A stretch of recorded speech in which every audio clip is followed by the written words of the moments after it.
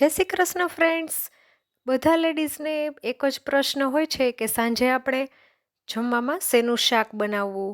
તો આજે આપણે ઘરમાં એક પણ શાક ના હોય તો પણ આ શાક બનાવી શકશું અને એટલું ટેસ્ટી અને ચટાકેદાર આ શાક બને છે.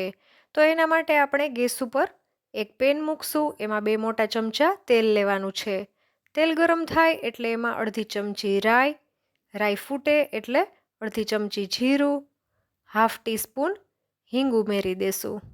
ત્યાર પછી આદુ લસણની પેસ્ટ અડધી ચમચી ઉમેરી દેશું અને હવે આપણે 1 વાટકો છાશ ઉમેરી દઈએ અને અડધી ચમચી હળદર, 1 ચમચી ધાણા જીરું પાવડર, 1 ચમચી લાલ મરચું પાવડર અને સ્વાદ અનુસાર મીઠું ઉમેરી દેશું અને બધું સારી રીતે મિક્સ કરી લેશું. ફ્રેન્ડ્સ, અહીંયા આપણે છાશ ખાટી લેવાની છે. જો ખાટી છાશ ના હોય તો તમે એમાં અડધાની લીંબુનો રસ ઉમેરી દેજો. આ શાક ખાટી છાશ હશે તો ટેસ્ટમાં વધુ સરસ લાગશે, એટલે બને ત્યાં સુધી ખાટી છાશ જ લેવાની છે. હવે આપણે છાશને ઉકળવા દેવાની છે.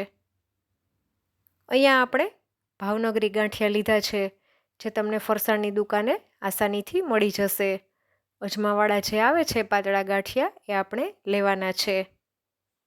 છાશ ઉકળે એટલે આપણે એમાં 1 વાટકો ભાવનગરી ગાંઠિયા ઉમેરી દેશું અને સારી રીતે બધું ચલાવી લેશું.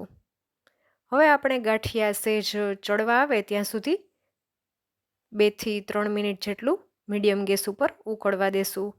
જો તમને મારો વિડીયો ફ્રેન્ડ્સ ગમે તો વધુમાં વધુ શેર કરજો, લાઈક કરજો અને કમેન્ટ કરવાનું ના ભૂલતા. આ શાક તમે એક વખત ચોક્કસથી ટ્રાય કરજો, નાના મોટા સૌ કોઈને ભાવશે. હવે આપણે એમાં ચપટી ખાંડ ઉમેરી દેશું અને મિક્સ કરી લેશું. તો તમે જોઈ શકો છો સરસ તેલ છૂટું પડી ગયું છે. હવે આપણે એમાં સમારેલી કોથમીર ઉમેરી દઈએ અને ચલાવી લઈએ અને ગેસની ફ્લેમ બંધ કરી દેશું. તો તૈયાર છે આપણું કાઠિયાવાડી ગાંઠિયાનું શાક. આ શાક તમે ઘરમાં એક શાકભાજી ના હોય તો પણ આસાનીથી બનાવી શકો છો, ફક્ત 2 જ વસ્તુમાંથી. ફરી મળીશું નવા વિડીયો સાથે. ત્યાં સુધી આવજો. Thanks for watching.